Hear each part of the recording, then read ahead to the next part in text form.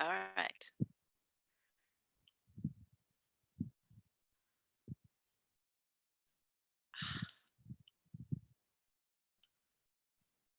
Okay, can everyone see my screen? Yeah. All right. Great, great, thanks. Just trying to, oh.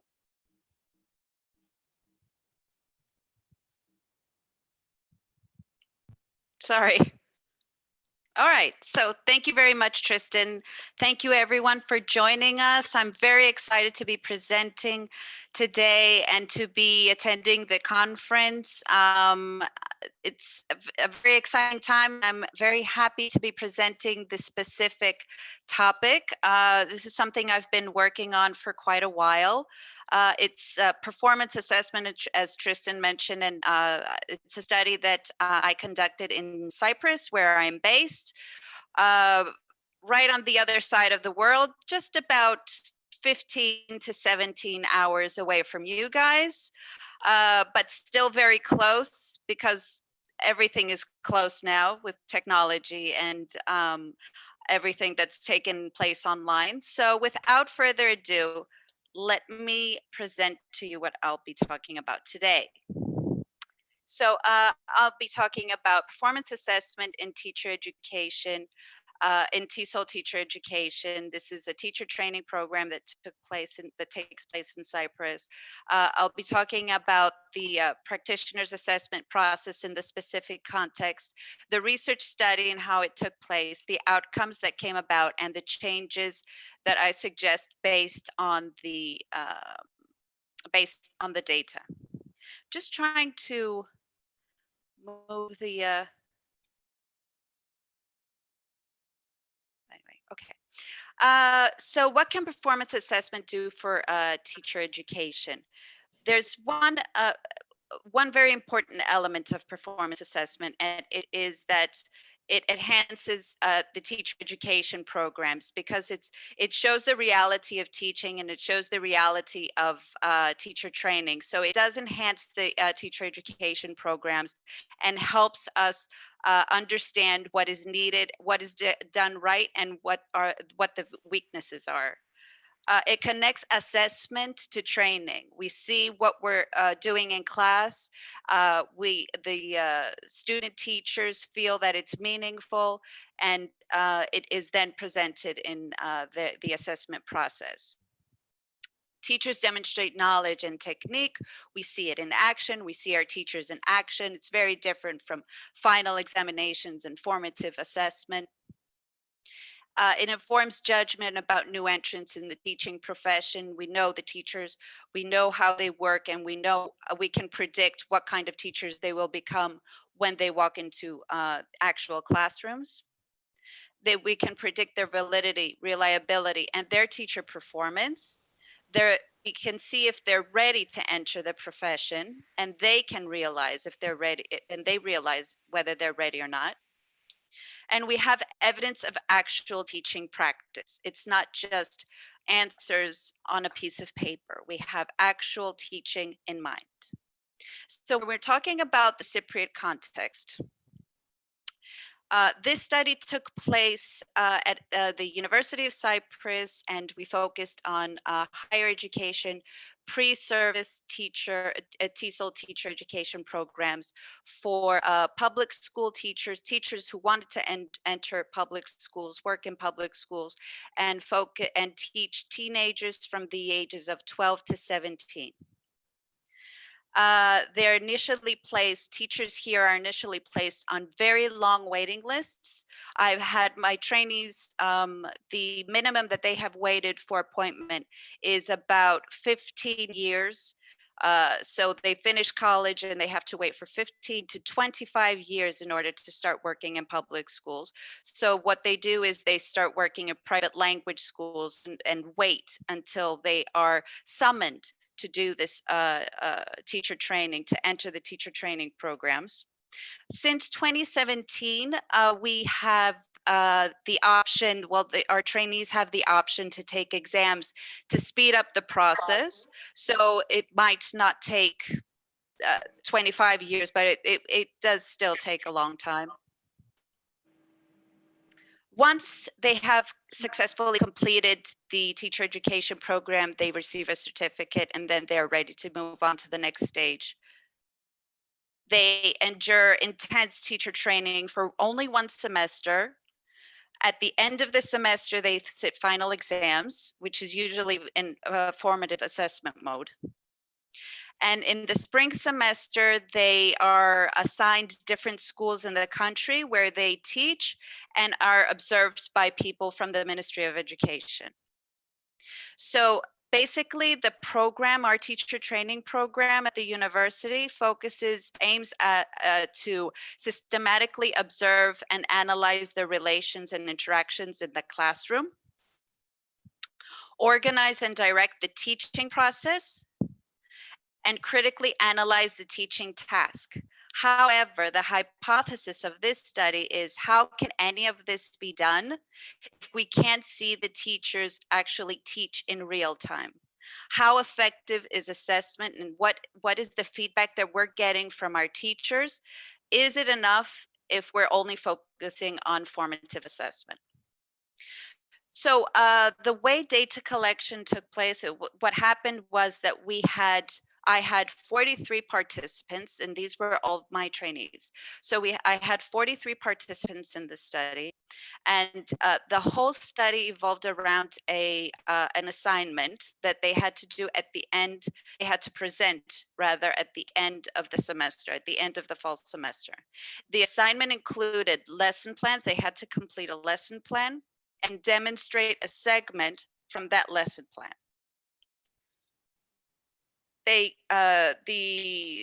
One of the data collection tools were observations. I took field notes as the teachers were demonstrating their teaching. Their student teachers were demonstrating their teaching, and surveys were also distributed to the student teachers, and the surveys had quantitative and qualitative elements. Surveys were given to the teachers right after the performance assessment phase, and there was an evaluation of their lesson plans, again, after they taught, after they demonstrated their segments. So what the assignment was, it was part of their didactics class. So it was teaching approaches. They focused on teaching approaches in TESOL. They had to practice co-teaching, which they weren't really aware of. They weren't rather familiar because they don't really practice co-teaching in Cyprus, but it has started to work in some schools. So it was a good introduction to get them familiar with co-teaching.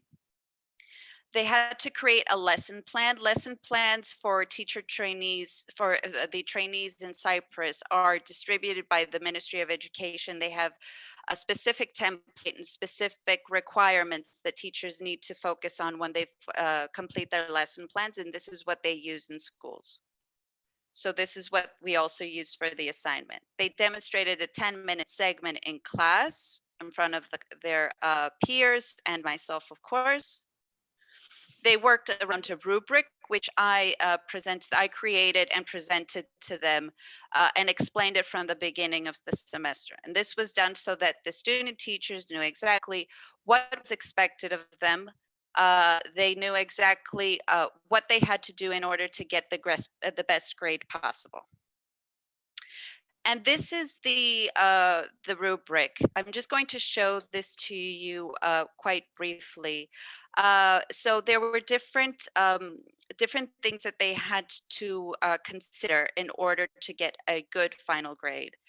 And they needed these final grades at the end, so that because the ministry sums up the grades that they get from their teacher education programs and decides whether they're going to be appointed to the public schools or not. So it was very important for them to be well aware of how they would get the best grade possible, and it was important for me to explain exactly how they were supposed to do this so that there weren't any misunderstandings. And because I was going to present a new form of assessment for them, I wanted them to be very clear, and I want everything to be very clear and out in the open. So they had they're graded from a scale of 1 to 10, 10 being the highest. So let's say they're and they have you had the student teachers had their criteria, and these were knowledge of subject matter, communication skills and clarity, confidence, method of presentation, voice, visual contact, evidence of preparation, and orderly sequence. So they had to focus on all of these sections in order to get the best grade possible and perform their teaching in class. When they presented, the day that they demonstrated their segments, they had to hand in their lesson plans to me. And these were evaluated for grading purposes, of course, and for the needs of the research study. So the lesson plans focused on three descriptors. Descriptor one was the objectives and the ability for the student teachers to display the lesson's objectives accurately.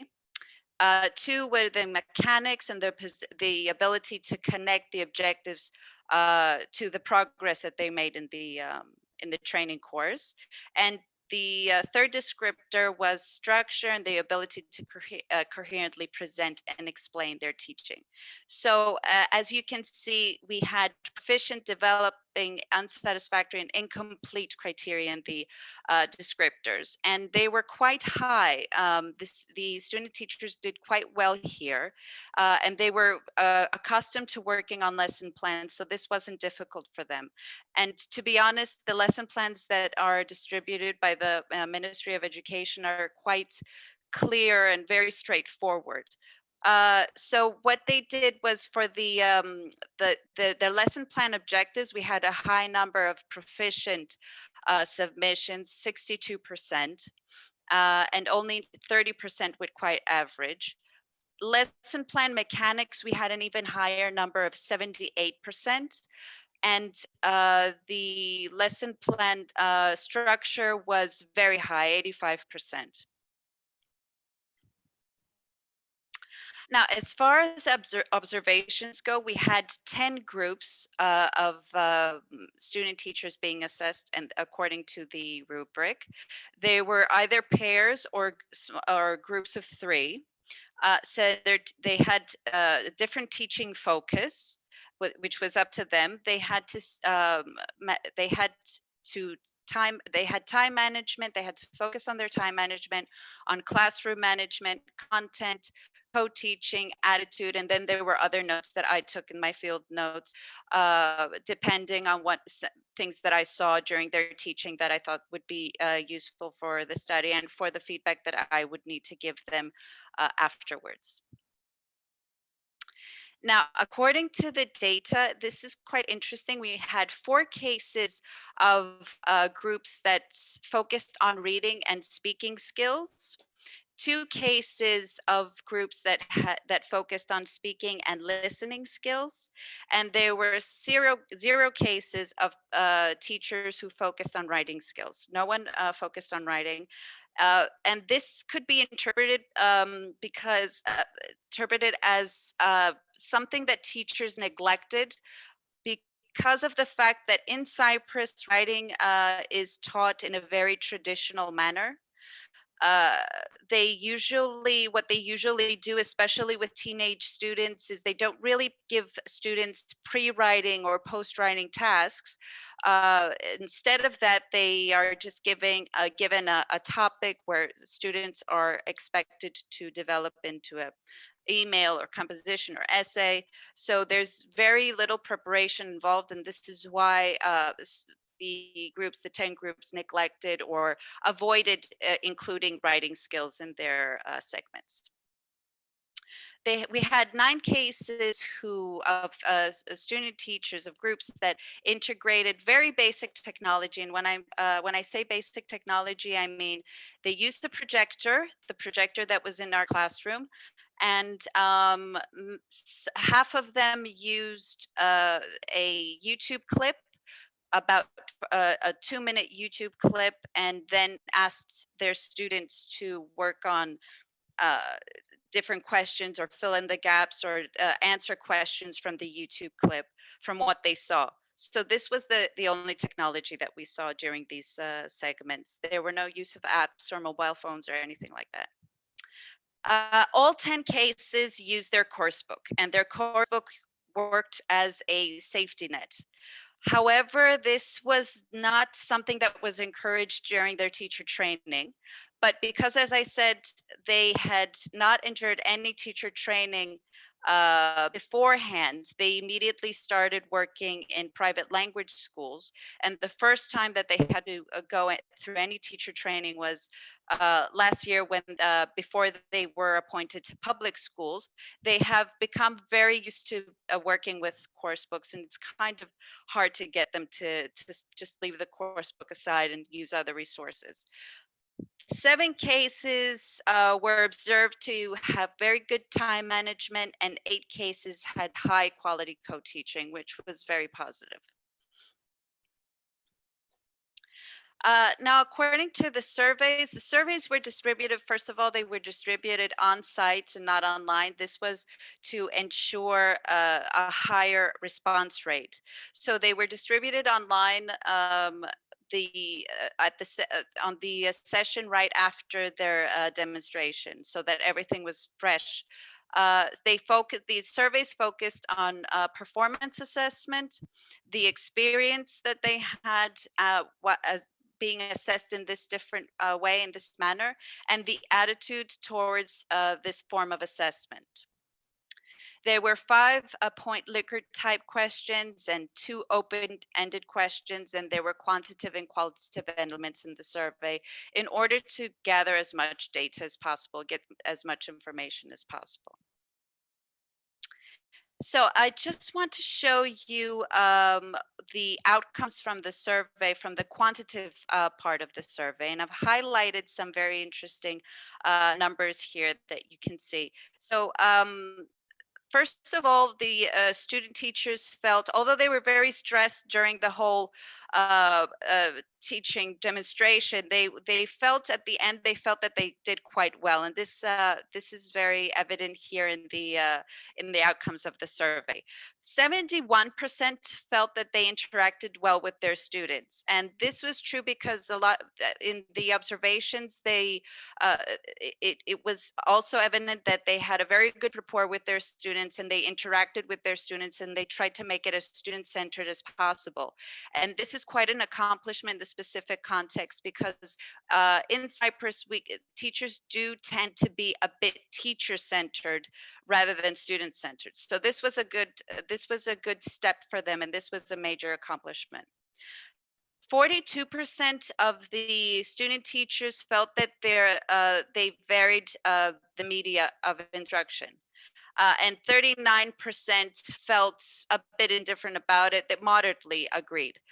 This was not an agreement to the observations, although, again, this was a huge step for them, even though they use very basic technology, because most of these teachers, the vast majority of these teachers would not use any technology at all. So using a projector and YouTube clips and trying to integrate it into their teaching was a huge step for them, although this indicates that they needed more time and more training as far as technology is concerned.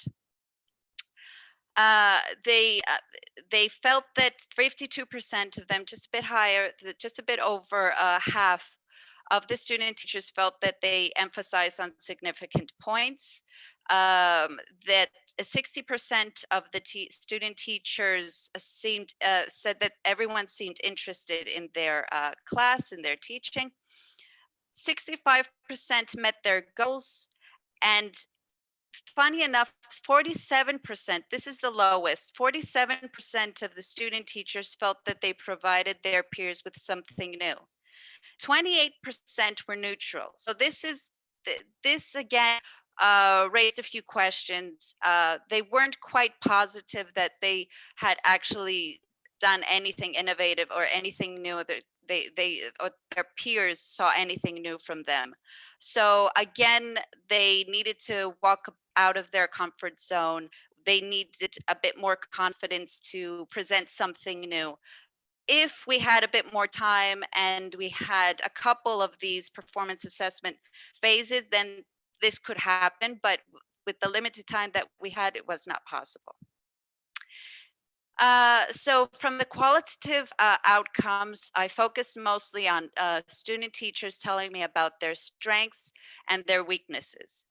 As you can see here, their main strengths, what they felt were their main strengths was class involvement, interactions with their students. They felt that they presented interesting activities, technology, motivating topic, clear instructions, and they felt that they had organized their lesson plan quite well. Their weaknesses, time management. Most of the student teachers felt that they could not manage their time right and that they were stressed, which is normal because they were also being assessed and they knew that their final grade depended on this assignment. So it's absolutely normal for them to feel stressed. So what kind of activities were involved for the needs of the research?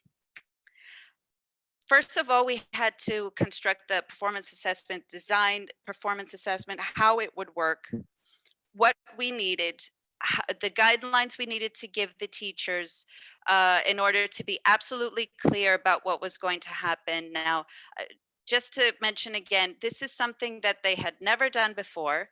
This is not a type of assessment that was familiar to them. This is not a type of assessment that's familiar to most teachers in Cyprus. So it had to be very well thought out, and we had to give very clear guidelines of what we were going to do and why we were going to do it this way so that the teachers could accept it and work through it and work towards this final assessment that they would have in their didactics class. So yes, we needed to give time to plan this whole thing very well and reflect, and it gave the teachers the opportunity to reflect on their teaching practices.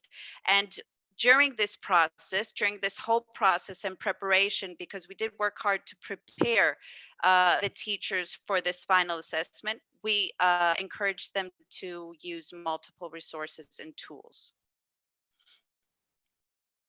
So what did the results show from all this? One was that the most basic one was that trainees left their programs, their teacher education programs, needing a bit more. So my humble opinion, based on the data and what I have seen so far, I've been teacher training for this specific program since 2016. Um, what I feel is that one semester of teacher training for these teachers is not enough. They, because of the fact that they've been waiting so long, they're set in their ways in some cases. With technology, for example, they need a bit more training with their technology. They need a bit more training with their time management, with their there were just bits and pieces in their teaching approaches that needed adjustment still, even after the first semester. But on the other hand, performance assessment can help teachers prepare, even though we didn't have any more time by the final assignment. Teachers were able to reflect on what it was that they did during the semester, and they saw it happen when they were being assessed. So they could take things from their assessment, from the whole experience, and reflect on those and try to improve themselves and try to improve elements here and there in their teaching. This form of assessment was perceived meaningful, and this was voiced by many teachers, the majority of the teachers in the teacher training program. I've seen grown men, grown women walk out of those examination classrooms crying because their livelihood depended on this final grade. And some of us are not good test takers. Some of some of us just get too stressed. It's very hard to think straight when you have so many things on the line. But with this, it was a bit more relaxed because it was their natural habitat in a way. They are teachers. They're used to teaching, and the although they were stressed, they did feel that this was meaningful and it made sense, as opposed to answering theoretical questions on a piece of paper. Not that formative assessment is not useful, of course it is, but we need other forms of assessment in teacher education programs as well. So yes, more assessment avenues are needed, and it was this came out in the study as well. This came out from the teachers as well. The teachers requested that they be assessed in other ways apart from final exams. The levels of stress were high, but then again, the sense of achievement levels were higher. Uh, Teachers left really happy that day. Not one of them was crying. So this is something. I mean, they were stressed because one of the reasons they were stressed, okay, they were going to be assessed. It was their final exam, and in a way, but it was also that the fact that they weren't very familiar with what was going to happen. They never seen this before. They've never experienced this before. So it was the stress of the unknown. But afterwards, they felt really good about themselves. And of course, there were some limitations in the study. I mean, if we had more time and a couple of more goes at performance assessment, we would have different, we would probably have different outcomes. So, as in every study, there are limitations. Hopefully, though, that these outcomes will make some kind of a difference, and hopefully it will speak to some of the policymakers, stakeholders, and see if we can make some changes in these teacher education programs. Although it's not easy, I understand there are barriers here and there, but I think that it's necessary if we're going to be sending out qualified teachers in our public schools. Then it's absolutely necessary that we do whatever we can, whatever possible, in order to get them to where they need to be. So what my recommendations are regarding performance assessment and regarding teacher education programs, based on the research, of course. We need more research. So if you have a look at the literature, there's not much on performance assessment and TESOL. To my knowledge, it's quite limited. And I wrote a book chapter presenting this data. And when I wrote the literature review, I could find a lot about performance assessment in the field of education in general, but there were very few things that I found on TESOL. So I think that we need more studies focusing on TESOL and focusing on the needs of TESOL and our teachers and our teacher education programs, because we're not just education, we are a whole different ballgame. And I think that more research is needed in order for us to reach a point where we can successfully include alternative methods of assessment in teacher education. We need feedback and reflections from our student teachers. It's very important that we respect and give our teachers a voice, because that will better our programs, and it is about them. They know what they need better than anyone else. So it is important to give them a voice and to listen to what they have to say and take their feedback very seriously, take seriously, and try to make changes if necessary, and it is necessary.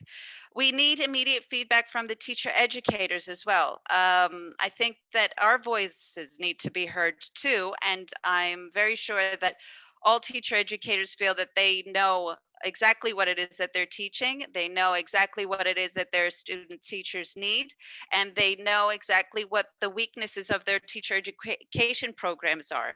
So I think that feedback from teacher educators is very useful if there is any point in making, if there is a need to make changes. Again, we do need to listen to our teacher educators. We need detailed rubrics. Rubrics, I think in any case, I mean, even with my university students, I've found that rubrics were the answer. If something wasn't clear or something was a bit vague, when I first started teaching at university before using rubrics, I could always find something that was a bit vague and thought, okay, I should have thought about this. Once I started using rubrics with university students and my teacher education programs, nothing was vague. We were all covered. I was covered. The student teachers were covered. My university students were covered. We all knew what we were what was expected of us, all of us, and we all knew how to get from point A to point B successfully. And so this is very important, I think, and using rubrics in assessment can really clear things up and can really help everyone involved to do the best that they can. So clear guidelines on objectives and requirements, and this could follow the rubrics as well. I think that once teacher educator puts together the rubrics for their assessment for the assessment process, then things putting together guidelines and highlighting the objectives and the requirements becomes a bit easier. So there also needs to be a careful calculation of the teacher training time frame. Now, I know that we don't have ample time for teacher education, but and I know that in many, at least in my context, it's the Ministry of Education is tries to get this done as quickly as possible to appoint new teachers in public schools, and I get it. And our teachers want to start working in public schools. Yeah, it's very important to them. But on the other hand, if we're going to do this right, we need to give teacher education the right amount of time. And I strongly believe that one semester is absolutely not enough, especially if we've let our teachers wait for 20 years and they've adopted different teaching approaches that just won't translate to our public schools. So I'm going to leave you with some final thoughts, and I think that we're going to have a good time for questions as well. So, final thoughts. One way I think of increasing teachers' confidence is giving them the right form of assessment, assessing them in a way that we show them that we understand them, that we respect them as practitioners, and that we want to know what kind of teachers they will be and not how much they can remember from a book. This was important to me because for me, I wanted to see what kind of teachers they would become once they walked into a public school in Cyprus. And I always used to tell them, although of course my children are very young, but I always used to tell them that you all have to be great teachers because one day one of you might be teaching my kids. So this is very important to me.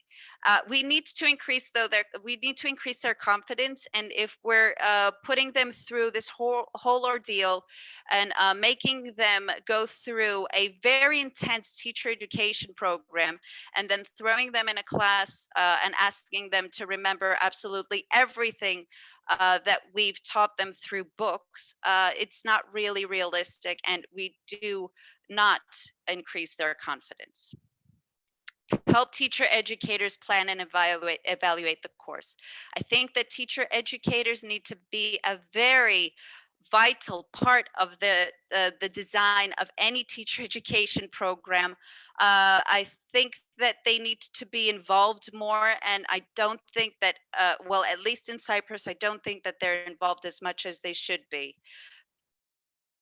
Help determine the criteria for success, help student teachers understand the criteria for success, help them understand what I perceive as success for them and what I would want to see from them. And this has to be absolutely clear in any program.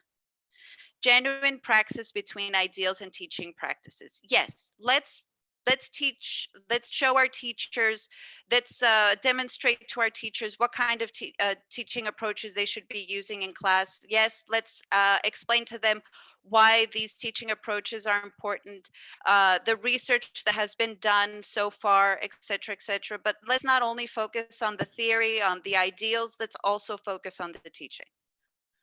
Promote improvements in self-evaluation through performance assessment. This could easily be done. Help implement good practice. And finally, teacher educators and student teachers work closer together. This whole process for us, for this class, was it was a bit stressful for the student teachers. As I said, it was something new, but it did bring us closer together. We had meetings, we talked about it. They were stressed, they shared this with me, they shared their concerns, they asked me questions. This never happens when, well, at least in my case, it never happened when they were to sit an exam. It was pretty straightforward. They knew what they had to do with the exams. They just read through a book, they answered the questions, and that was it. But in this case, with these students and the couple and the students before them, student teachers before them, because this I've been working on performance assessment for 2-3 years now. We did work closer together, and we did share a lot of information. We shared our concerns. They shared their concerns about the program and all this, and I got very important feedback for my classes and for things to share with those who design the teacher education programs. So I think that this is a better avenue. Performance assessment is a better avenue in this case, in this context.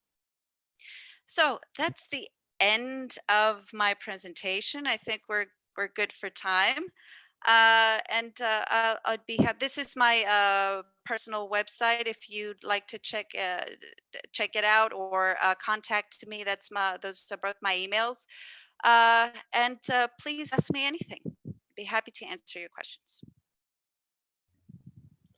Thank you so much, Christina. Yeah, so we do have a few minutes for questions. Feel free to just unmute yourself, and we welcome any questions.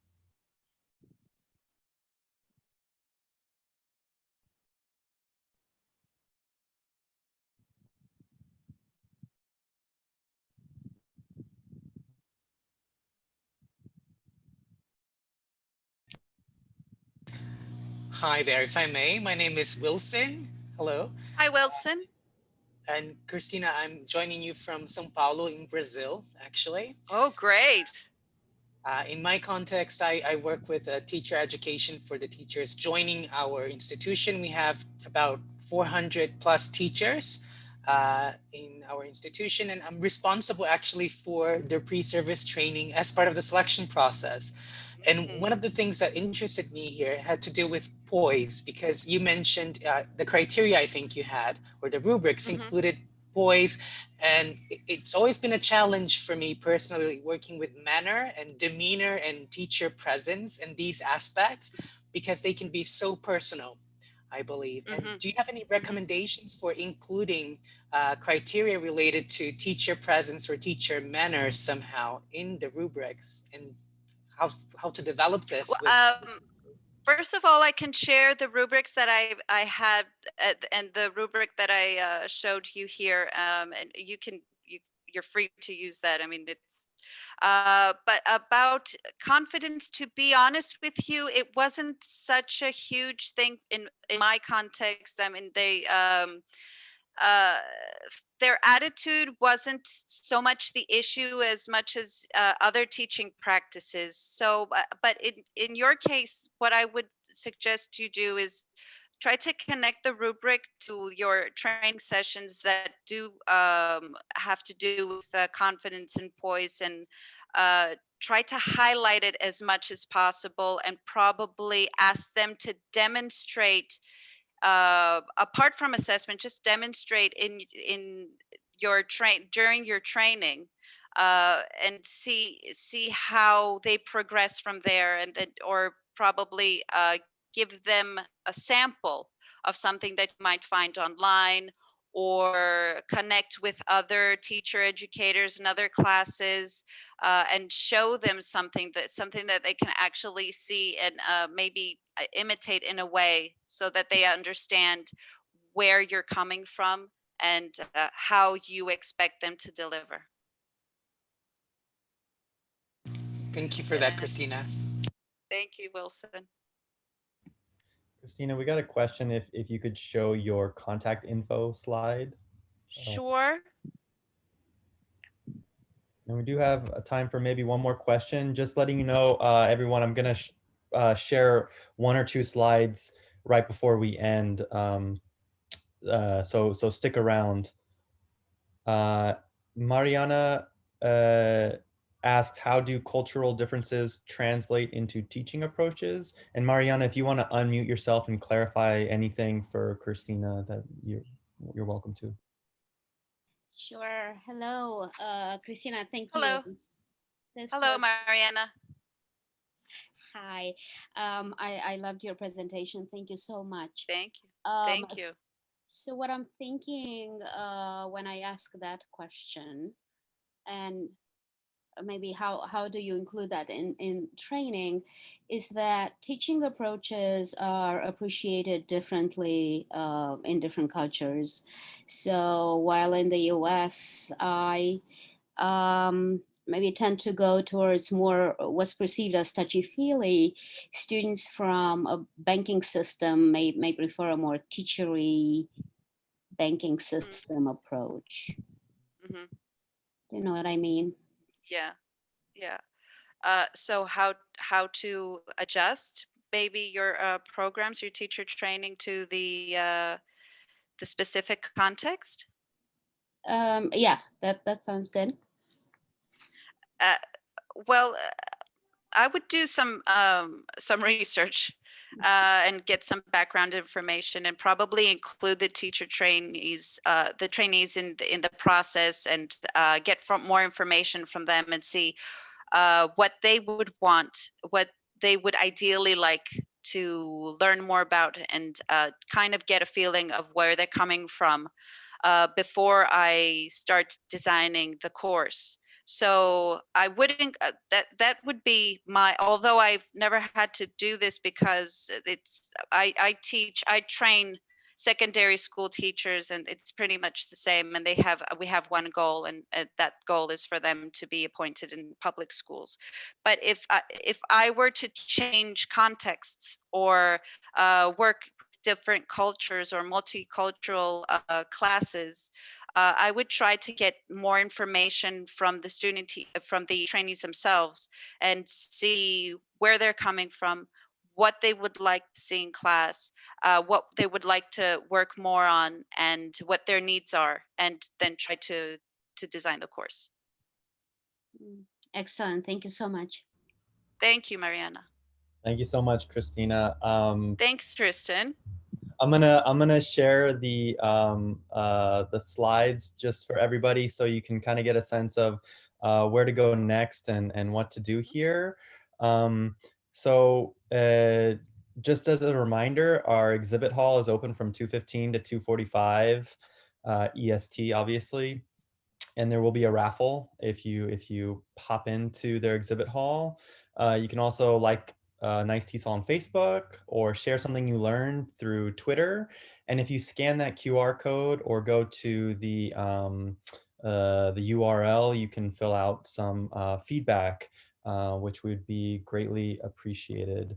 And of course, we're already thinking about 2021, so keep that in mind as well. I would like to just say, it's 10:46 here in New York now, and I know that you're all looking forward to the next thing, which I believe is coffee with Stephen Krashen, which how often can you do that? So we'll end the session now, but thank you so much, Christina. This was a great presentation. Thank you, Tristan, and thank you everyone for attending.